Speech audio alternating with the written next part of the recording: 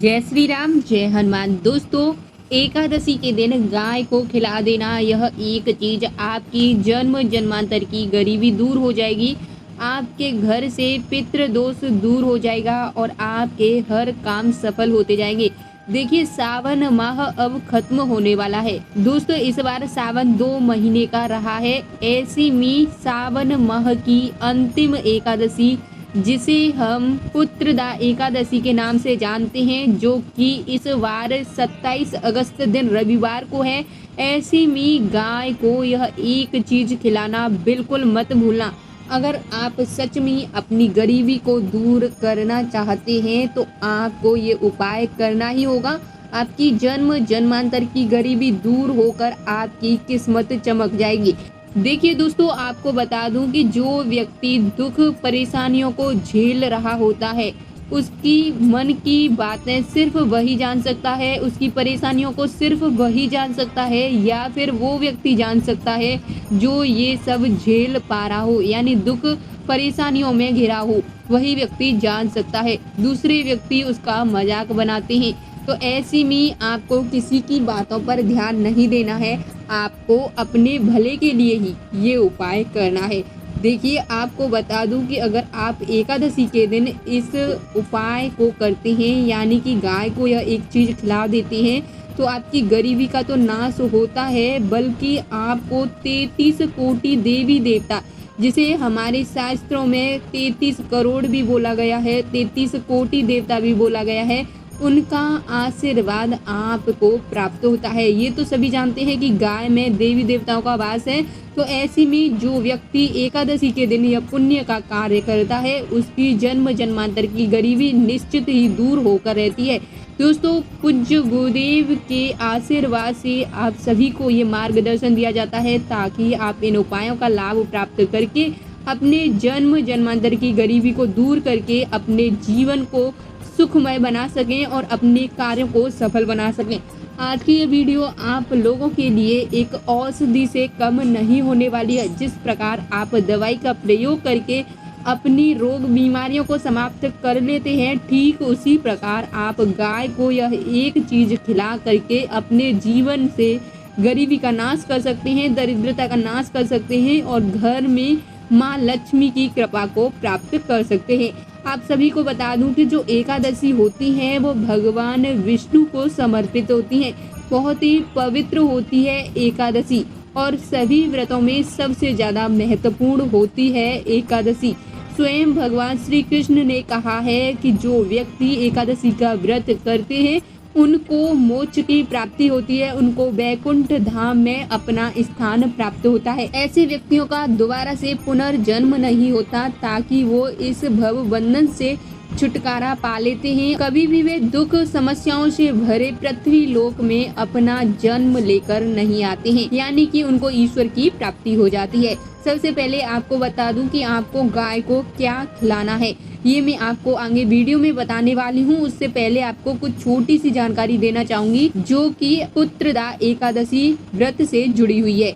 देखिए, पुत्रदा एकादशी व्रत जो होता है, ये पुत्र पर आई हुई विपदा को टाल देता है। कई सारी माताएं पुत्रदा एकादशी का व्रत रखती हैं, कई सारे भाई जो कि पुत्रदा एकादशी का व्रत रखते हैं। वैसे तो साल में 24 एकादशी आती हैं, परंतु जब अधिक मास लगता है, जैसा कि इस बार अधिक मास लगा हुआ है, तो ये एकादशी 24 से लेकर 26 हो जाती हैं।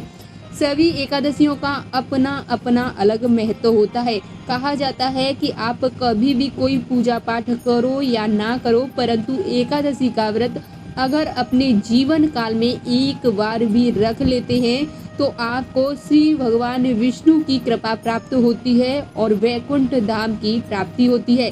सभी व्रत करने से उतना फल प्राप्त नहीं होता जितना कि आपको मात्र एक एकादशी का व्रत करने से।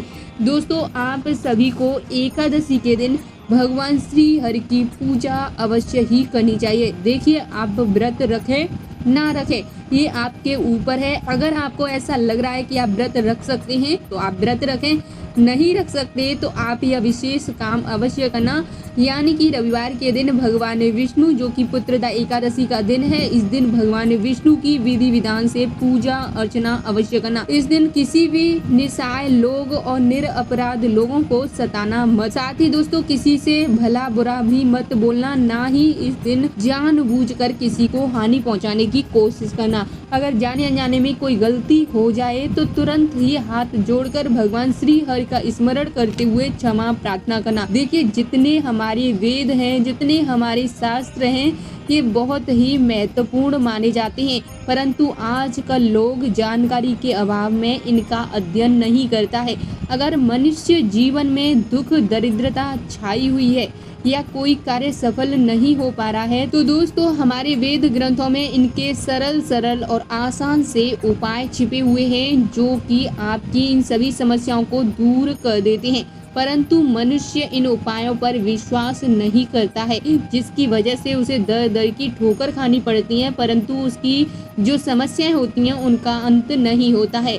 तो बस अगर आप सच में अपनी समस्याओं का अंत चाहते हैं तो आपको एकादशी के दिन गाय को यह एक विशेष चीज अवश्य खिलानी है। देखिए, जितना हो सके एकादशी के दिन गाय की सेवा अवश्य करना, और एकादशी के दिन भूल कर भी तुलसी को जल ना चढ़ाएं, ना ही तुलसी को तोड़ें, ना ही तुलसी पत्र तोड़ने चाहिए।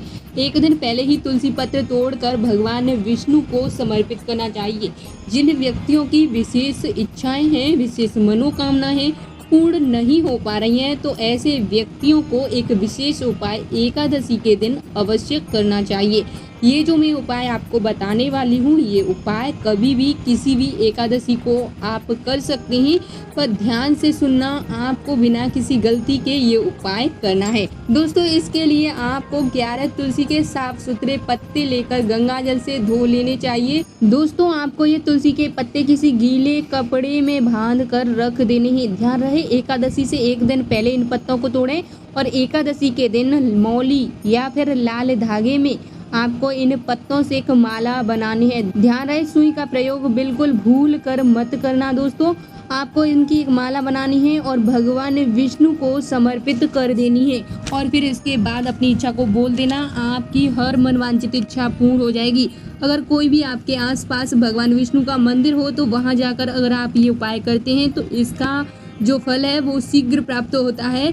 अगर नहीं है तो ऐसे में घर में भगवान विष्णु की प्रतिमा के सामने आप ये उपाय कर सकते हैं। उनकी मूर्ति को ये तुलसी के दल से बनी हुई माला समर्पित कर सकते हैं। अब ध्यान से सुनना कि आपको एकादशी के दिन गाय को क्या खिलाना है। देखिए, जितना हो सके इस दिन आपको गाय की सेवा करनी है, क्योंकि गाय के माध्यम से आपको अपने पितरों का, आपको अपने पूर्वजों का और जो देवी देवता हैं आपके, उन सभी का आशीर्वाद आपको प्राप्त होता है। तो इस दिन आपको गाय को हरा चारा खिलाना है। हरा चारा अगर आपको नहीं मिलता तो आप खीरा ले सकते हैं, पालक ले सकते हैं, यानी कि कोई भी हरी वस्तु जो गाय को खिलाई जा सके, ऐसी वस्तु आपको गाय को खिला देनी है। फिर आपको शाम के समय या फिर सुबह आप गाय को जो घर में बनने वाली रोटियां होती हैं, जिनमें से पहली 4 रोटी आपको बनानी है और उन पर थोड़ा सा हल्दी का टीका लगाकर, थोड़ा सा मीठा रखकर आपको ये रोटियां गाय को खिला देनी है। देखिए, अगर आप इन रोटियों को गाय को खिला देते हैं तो आपको उसी समय अपनी इच्छा को बोलना है और बोलना है, हे गाय माता, आप सभी के जन्म जन्मांतर की गरीबी को दूर करती हैं, पापों को नष्ट करती हैं, मेरे जीवन में ये सारी परेशानियां आ रही हैं, इनको भी दूर कर दें। फिर आपको 1 बाल्टी जल गाय माता को पिला देना है। बस इतना सा उपाय आपको एकादशी के दिन करना है, और फिर आप अपने जीवन में देखेंगे कि आपके जीवन में कितना चमत्कार हो रहा है। गाय माता के आशीर्वाद से आपके घर में दिन दूना रात चौगुनी तरक्की होती रहेगी। साथ ही दोस्तों, अगर आप किसी विशेष इच्छा को पूर्ण करना चाहते हैं तो ये शानदार उपाय मैं आपको बताने जा रही हूँ। इस उपाय को ध्यान से सुनना, क्योंकि ये उपाय शास्त्रों से लिया गया है। शास्त्रों में स्वयं भगवान श्री कृष्ण ने कहा है कि जो व्यक्ति एकादशी के दिन भगवान विष्णु के सामने अखंड दीपक जलाता है, यानी कि ऐसा दीपक जिसकी ज्योति बुझनी नहीं चाहिए, ऐसा दीपक जलाता है, उसके घर में मैं साक्षात निवास करता हूँ। और जहाँ भगवान श्री कृष्ण होते हैं वहाँ पर धन की देवी माँ लक्ष्मी होती हैं। और ऐसे में सभी देवी देवता ऐसे घर में निवास करते हैं। कोई बुरी शक्ति, कोई बाहरी शक्ति ऐसे घर में नहीं आती। किसी का तंत्र मंत्र भी ऐसे घर में काम नहीं करता है। अगर सच में आप अपने जीवन से गरीबी को दूर करना चाहते हैं तो आज की वीडियो में बताए गए 3 विशेष उपाय आप सभी को एकादशी के दिन अवश्य ही कर लेने हैं। आपकी हर इच्छा, हर मनोकामना निश्चित ही पूर्ण होकर रहेगी। दोस्तों, आज की इस वीडियो में बस इतना ही। उम्मीद करती हूँ कि आपको आज के उपाय अच्छे से समझ आए होंगे। वीडियो पसंद आए तो वीडियो को लाइक करें। अगर आपको उपाय सही से समझ नहीं आए हों तो वीडियो को दोबारा से रिपीट करके अवश्य देख लें। कमेंट के माध्यम से आप मुझे कुछ भी पूछ सकते हैं, यानी कि जो आपकी समझ में नहीं आया हो वो जानकारी आप मुझे कमेंट के माध्यम से पूछ सकते हैं। मैं आपको उसका उत्तर अवश्य दूंगी। आपने अभी तक वीडियो को लाइक नहीं किया तो वीडियो को लाइक कर दें। और चैनल पर नए हैं, पुराने हैं और चैनल को सब्सक्राइब नहीं किया तो चैनल को भी सब्सक्राइब जरूर करें। और कमेंट बॉक्स में माँ लक्ष्मी की कृपा के लिए लिख दें जय माँ लक्ष्मी।